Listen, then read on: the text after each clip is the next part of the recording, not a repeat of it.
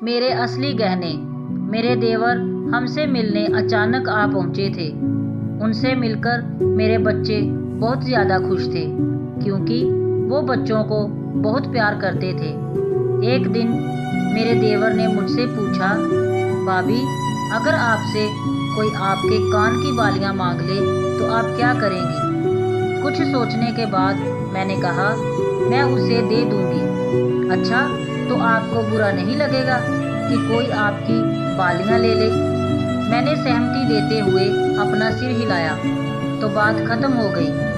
मैं इस वाक्य को भूल चुकी थी। फिर एक दिन वो बोल पड़े, भाभी, अगर आपकी अंगूठी गिर जाए तो आप क्या करेंगी? मैं तो घर के काम के कारण अंगूठी पहनती ही नहीं, तो फिर गिरने का कोई प्रश्न ही नहीं उठता। मैंने जवाब दिया। वो बिल्कुल चुप से हो गए। मैंने फिर से उनकी बातों पर कुछ ज्यादा ध्यान नहीं दिया। समय गुजरता रहा। होली का त्योहार पास आ रहा था। मुझे अपने ससुराल जाना था। मेरे पति ने मुझसे कहा, सारा दिन घर में बैठी रहती हो, बाजार जाकर सबके लिए कुछ उपहार खरीद लो। इस तरह बाहर घूमने से तुम्हारा मन भी बहल जाएगा। अगले ही दिन मैं अपने बच्चों और देवर के साथ खरीदारी के लिए बाजार चली गई। मैं कुछ आर्टिफिशियल गहने देख रही थी कि तभी मेरे देवर ने कहा, भाभी, एक मंगलसूत्र जरूर खरीद लीजिए। कहीं आपका खुद का सोने वाला मंगलसूत्र खो जाए तो ये आपके काम आ जाएगा। ये सुनकर मेरे सब्र का बांध टूट गया। मैंने उनसे पूछा, क्या बात है? आप जब से आए हैं एक एक कर कर मेरे गहनों को ही नजर लगा रहे हैं। भला मेरा मंगलसूत्र क्यों खोने लगा? मैं ही क्यों? सारी औरतें अपना मंगलसूत्र सहज कर रखती हैं। वो तो सुहाग की निशानी होती है।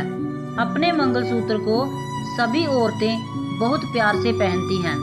आप एक मर्द हैं। आप इन गहनों का मोल क्या जाने?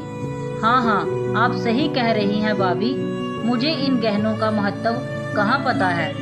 उस दिन के बाद मेरे देवर ने मुझसे फिर कभी गहनों के बारे में कोई बात नहीं की, परंतु अपने भैया से अर्थात मेरे पति से कभी कभी फुसफुसा कर बात करते रहते थे।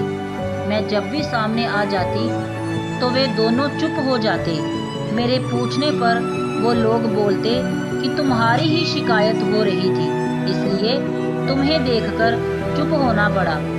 मैं मन ही मन शर्मिंदा हो जाती थी। कुछ दिन बाद हम सभी होली का त्योहार मनाने मेरे ससुराल धनबाद पहुँचे। वहाँ जैसे ही मैंने घर में कदम रखा तो मुझे महसूस हुआ कि सब मुझे देखकर आपस में फुसफुसा रहे थे। बहुत अटपटा सा लग रहा था ये नज़ारा देखकर। तभी मेरे ससुर जी की आवाज़ मेरे कानों में पड़ी। लगता है बहू को कुछ पता ही नहीं है, ये तो बहुत खुश लग रही है। अब मेरा माथा ठनका।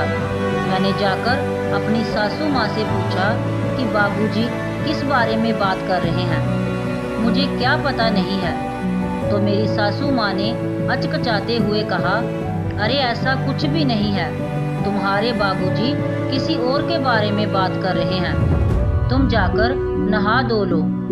खैर, मैं अपने काम में व्यस्त हो गई। घर में होली के त्योहार की तैयारियां चल रही थी, परंतु मुझे वहां अपनेपन से ज्यादा दिखावा ही लग रहा था। ऐसा लग रहा था जैसे ये लोग मुझे खुश रखने की झूठी कोशिश कर रहे हैं। मेरा मन तरह तरह की आशंकाओं से घिरा जा रहा था।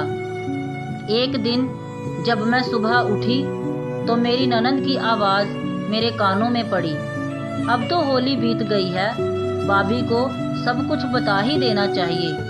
मेरे तो होश ही उड़ गए। आखिर ऐसा क्या है जो मुझसे छुपाया जा रहा है? मैं तेज तेज कदमों से चलती हुई अपनी सासू माँ के पास पहुँची। कृपया भगवान के लिए आप लोग मुझे बताएं कि क्या बात है। ये सुनकर घर के बाकी सदस्य भी आकर एक साथ खड़े हो गए। मैं कातर दृष्टि से सबका चेहरा पढ़ने का असफल प्रयास कर रही थी।